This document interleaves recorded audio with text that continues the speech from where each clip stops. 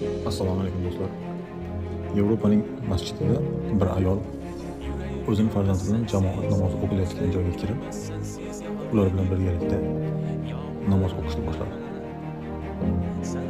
Ayol kishi islom dinidan hech qanday xabari yo'q.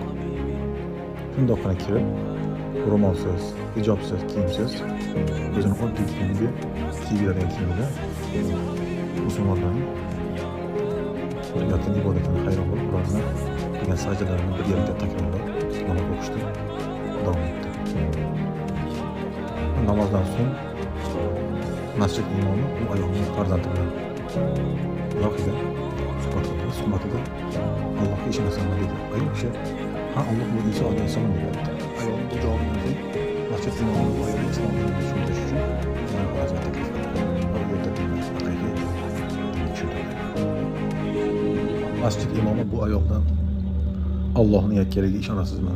Payg'ambarimiz alayhissalomdan Allohning elchisi ekanligiga ishonasizmi? Farishtalarga ishonasizmi deb islomni ustunlaridan so'radi. Va bu yerda ayol kishi hammasiga ha deb javob berdi va islomni qabul qildi. Shahodat kalimasini aytib Allohning yakkoni diniga kirdi. Yangi musulmon birodar hammamizga qutlug' bo'lsin.